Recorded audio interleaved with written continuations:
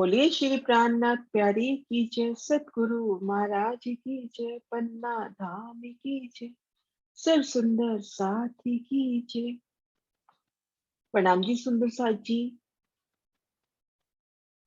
आज इन वीडियो के माध्यम से जानते हैं कि जो हमारी निरत की हवेली है उनमें ईशान, अग्नि, नैऋत्य और वायव्य कोने के जो मंदिर है उनकी क्या नूरमयी शोभा आई है और निरत की लीला के दर्शन। तो आइए इस शोभा को जानते हैं। आप श्री राज्य श्यामा जी की मेल से खुद को महसूस करते हैं श्री रंग महल की चौथी भौम में चौथी चौरस हवेली निरत की हवेली के इन मध्य चबूतरे पर। सबसे पहले चबूतरे की सुंदर शोभा, किनार पर आए थंबों की सुंदर शोभा, चारों दिशाओं में उतरती सीढ़ियां, सीढ़ियों की जगह छोड़कर दोनों ओर 8-8 सुंदर मेहराबें और इन थंबों को भराई के सुंदर नूरी चंद्रमा, तली किलम, सिंहासन, कुर्सियों की अपरंपार शोभा। और जब नृत्य होता है तब पिया जी की बैठक इन हीरे के थंबों के साथ, मुख पिया जी का पूरब की ओर और पीठ इन हीरे के थंबों की ओर। तो सुंदर शोभा। पूर्व दिशा में 21 मंदिर की दहलान की शोभा, उत्तर दिशा में जो मंदिर आए हैं पुखराजी आभा लिए, चबूतरे के किनार पर थंब आए हैं वो भी पुखराजी आभा लिए, पुखराजनाथ के। और चबूतरे और मंदिरों के बीच में जो एक थंब की हार दो गली है वो थंब की हार भी उन्हीं शोभा में। ठीक मध्य मुख्य दरवाजे की शोभा। इसी तरह से पश्चिम दिशा में संपूर्ण शोभा हीरा की, दक्षिण दिशा में संपूर्ण शोभा माणिक की। अब चारों कोनों के मंदिरों की शोभा देखते हैं। ईशान कोने का मंदिर पुखराजी आभा लिए, संपूर्ण मंदिर पुखराजी नग में महकता हुआ। अगेन कोने का संपूर्ण मंदिर मानिक नग में महकता हुआ। अब देखते हैं हम इन नैऋत्य कोने के मंदिर के। तो ये बहुत आसानी से हम ये शोभा समझे कि हम इन मंदिरों के भीतर से मंदिर मंदिर से होते हुए रमन कर रहे हैं। बाकी के दरवाजों से निकलते हुए एक मंदिर से दूसरे, तीसरे, चौथे, इस तरह से रमन कर रहे हैं। जब इन नैऋत्य कोने के मंदिर में पहुंचेंगे तो ये जो मध्य की दीवार है यहाँ पर मानिक नग में, इसी प्रकार से हम इन गली में रमन कर रहे हैं। तो हमारे दाएं हाथ को मानिक नग के मंदिर, मानिक आभा सुंदर शोभायमान होती हुई। तो इन नृत्य कोने की जो ये दीवार है ये भी मानिक रंग में शोभायमान। लेकिन जब हम पश्चिम तरफ से इन नृत्य कोने की मंदिर की ओर आते हैं तो ये दीवार हीरा की, और इन पश्चिम तरफ के मंदिरों के बाहरी तरफ जब रमन करते हैं और जब नृत्य कोने के मंदिर के पश्चिम तरफ आते हैं तो ये दीवार हीरा की है। तो इस तरह से मानिक की तरफ से आएंगे तो मानिक नग, और हीरा की तरफ से आएंगे तो हीरा की सुंदर शोभा। और इसको यूं कहें कि ये जो नैऋत्य कोने का मंदिर है इसकी पूर्व और दक्षिण दीवार मानक की, उत्तर और पश्चिम दीवार हीरा की। और इधर देखते हैं वायव्य कोने की, पूर्व और उत्तर दीवार तो पुखराज की, पश्चिम और दक्षिण दीवार हीरा में शोभायमान। हम यहाँ से आ रहे हैं तब ये दीवार पुखराज की, और इधर रमन कर रहे हैं तो ये दीवार पुखराजी आभा में। इधर हीरे की तरफ से आ रहे हैं श्वेत आभा से तो ये दीवार हीरा की, इधर से आ रहे हैं तो भी ये दीवार हीरा की। तो इस तरह से चारों कोनों की सुंदर विशेष शोभा।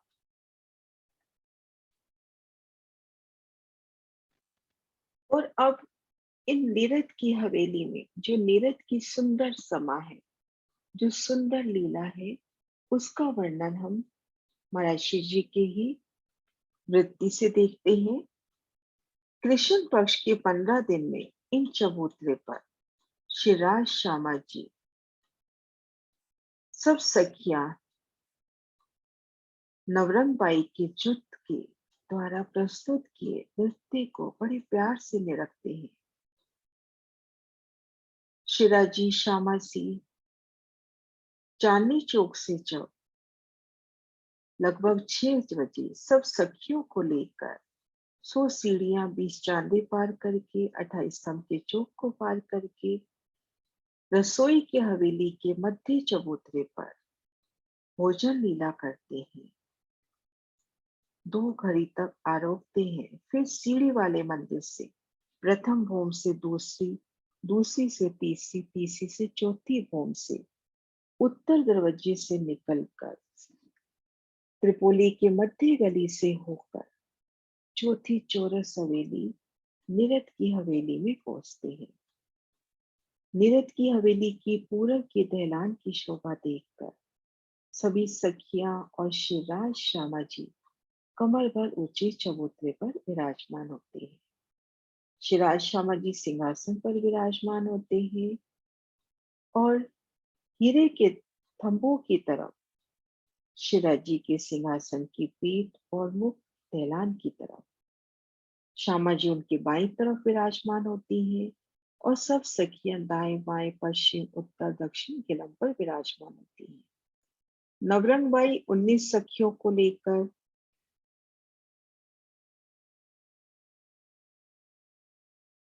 श्री राज श्यामा जी के सामने पश्चिम मुख करके नृत्य करने के वास्ते खड़ी होती है और बाकी 280 सखियां तरह तरह के बाजंत्र को लेकर बजावने वास्ते बैठती है। कोई सखी खड़े होकर बजा रही है तो कोई बैठकर कई प्रकार के स्वरों को बोलती है। 36 राग रागनियां संपूर्ण अपने संपूर्ण शोभा के सहित धनी के गुणों को गाते हैं। नृत्य की अपरंपार लीला 1.5 घंटे तक चलती है। कई विध के बाजे बजे नवरंग बाई नाचत हाथ पांव अंग बालत कहीं न जाए सिफर। ले बाजे रूही खड़ी मृदंग जंत्र ताल रंग रबाब चंग तबूरा बोलत बैन रसा। जिस समय नवरंग बाई नृत्य करती है तो उसका अक्ष प्रतिबिंब दीवारों सिंहासन सब में पड़ता है और ऐसा प्रतीत होता है कि हर ठिकाने पर नृत्य हो रहा है। श्री परम धाम के 25 पक्ष में निवास करने वाले सभी पशु पक्षियों को लगता है कि हमारे सन्मुख ही तो नृत्य हो रहा है। और मनमोहन रसानंद सागर में युगल दासनाथ जी बड़ा प्यारा वर्णन करते हैं कि थम्बू चित्रामन में आए पुतलियां जवेरू के वो पशु पक्षी नृत्य लीला का आनंद लेने के लिए इन चबूतरे की किनार पर कतारबद्ध आकर खड़े हो जाते हैं कि हमें इस नृत्य लीला का आनंद लेना है। लेकिन उस नृत्य लीला के आनंद में इतने डूब जाते हैं कि वे सभी भी इस नृत्य लीला में शामिल हो जाते हैं। दीवारों के पशु पक्षी पुतले हर कोई नृत्य करता है। महबूब को रिझावने अनेक कला साधन और नजर ना कर सके पर ऐसी ही बात है। नामी जाको नवरंग ताकि निरत कहूं क्यों कर अनेक गुण रंग लिया वही नए नए दिल धर। इन नृत्य का आनंद मोमिन ही ले सकते हैं जिनकी आत्म दृष्टि खुली होवे और रूह की आंखों देखिया चाहिए। सो इस नवरंग बाई के नृत्य को देखकर श्री राज श्यामा जी सखियां आनंद में मगन हो जाते हैं। श्री राज श्यामा जी और सखियां सब आनंद के सागर में पराजी रीझ कर नवरंग बाई को पान का बेड़ा देते हैं। निरत हो चौथी भूमि में एक बहुत लग रात हक सुबह रीझ के हाथ बीड़ी दीद कही बात। तब रात के 9 बज जाते हैं और इसके बाद श्री राज श्यामा जी और हम सब सखियां अलौकिक शयन की लीला के वास्ते पांची घूम जाते हैं। तो अति सुंदर शोभा हमारी नृत्य की हवेली की। प्रणाम सुंदर साथ जी।